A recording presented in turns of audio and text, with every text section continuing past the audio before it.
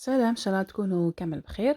صحة رمضانكم وصحة صيامكم. اليوم طليت عليكم بالنوع الأول من الحلويات البريستيج، الحلويات العيد إن شاء الله. حلوة بزاف خفيفة وراح تكون بنينة في نفس الوقت. نروح المقادير، طريقة التحضير. أنا في ريسيبيون عندي 125 غرام تاع مارغرين طرية، نضيف لها حبة بيض كاملة وتقدروا ديروا حتى لزوج صفار. عندي 60 غرام تاع سكر عادي ومغرفة كبيرة نتاع العسل. راح نضرب كلش مع بعض بالباتور حتى وين تحصلوا على كريمه تكون اللون تاعها ابيض، يعني كيما لاموس. هنا ضفت مغرفه صغيره تاع الفانيلا وراح نضرب كلش مع بعض.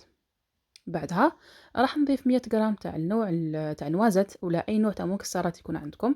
تحبوا لوز ولا جوز ولا كاوكاو يكون محمص ومحي رقيق. راح نخلط كلش مع بعض ونضيف 120 غرام تاع فارينة كنت غربلتها من قبل مع نصف كيس خميرة كيميائية.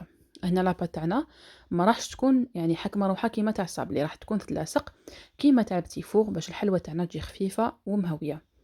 يعني كي تكونوا تخلطوا في الفارينة تشوفوها العجينة تاعكم تتلاصق، ما تقدروش تمسوها بيدكم. هكذا جوست بالسباتشول رايحين تلموا العجينة تاعكم. شوفوا القوام تاعها كيفاش يكون.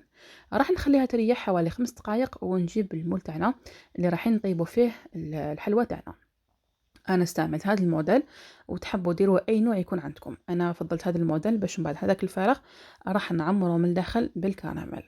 نعمر العجينه تاعنا، ما نلحقوش للفوق، نخلو شويه فراغ ونسخن الفور تاعي على 180 درجه وندخلها طيب على 180 قلت لكم درجه لمده ربع ساعه حتى 20 دقيقه حتى وين تشوفوها اللون تاعها احمر. نحوها ونخلوها تبرد. نروح نوجدوا الكراميل ولا الغاناش نتاع التزيين. هنا عندي 50 غرام نتاع الزبده ذوبتها، ضفت لها 65 غرام تاع شوكولا بيضاء ندوبهم مع بعض ونضيف لها 80 غرام تاع شوكولا للطلاء. انا استعملت هنا شوكولا بيضاء للطلاء يعني اتارتيني. تحبوا ديروا اي نوع يكون عندكم. نخلطوهم مع بعض وراح نحطها في ريسيبيون ونخليها تريح حتى وين تعاود يعني تشد روحها. رايحين تشوفوها من بعد تحكم روحها تولي كيما لاكاناش. يعني هاد الكاناش رايحين نستعملوها للتزيين. هنا اللي تحب تبدل تستعمل لاباطا تختيني يعني شوكولا سوداء تقدر تبدل. هايليك الحلوى تاعنا بعد ما طابت نخلوها تحمر شويه برك ماشي بزاف باش ما تجيكمش ناشفه. ولا كاناش تاعنا بعد ما حكمت روحها راح نحطها في لابوش ونستعمل هاد العيدوي تكون مسنه بزاف باش الشكل تاع التزيين يجيكم شباب. نعمرها في لابوش ونخليها بجهه. من بعد هذاك الفراغ راح نعمره بالنسلي كراميل ولا بالتوفيه كراميل ولا اي نوع تاع حشو يكون عندكم تحبوا ديروه. الكمية نتاع العجينة درناها خرجت لنا هاد الحبات تاع الحلوى. اللي تحب تضاعف المقادير تقدر يعني باش تخرج كمية أكبر. بعد ما حشيتهم كامل بالكراميل توفيا راح نوجد تاني الكلاصاج تاعنا، كلاصاج غورمون ولا كلاصاج روشي.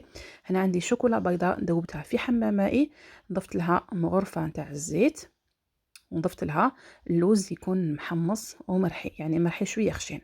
بعدها راح نقلاصي الحبات تاع الحلوى تاعي بهذا الشكل. يعني الصوره راهي واضحه اكيد، راه الشرح تاعي واضح.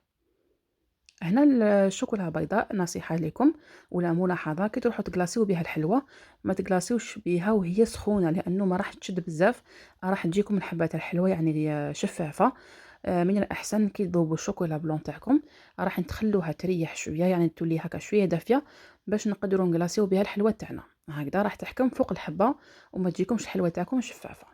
بعد ما قلاصيت كامل الحلوى تاعي نحكم هذيك لاكاناش وندير تزيين هكذا خفيف بلا بوش فوق الحبة. ونحبوا نديروا تاني تزيين تاني بنص حبة تاع النوازات باش نعرفوا بلي هاد الحلوى مخدومة بالنوازات من الداخل.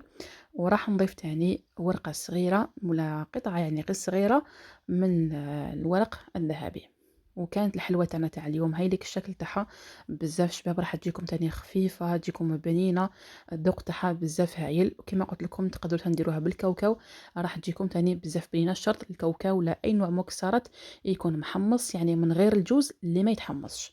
وهايليك قسمتها لكم من الداخل الشكل تاعها كيفاش جا بزاف شابة وطرية في نفس الوقت وتشهي. ان شاء الله تجربوها وتخلوا لي رايكم في التعليقات.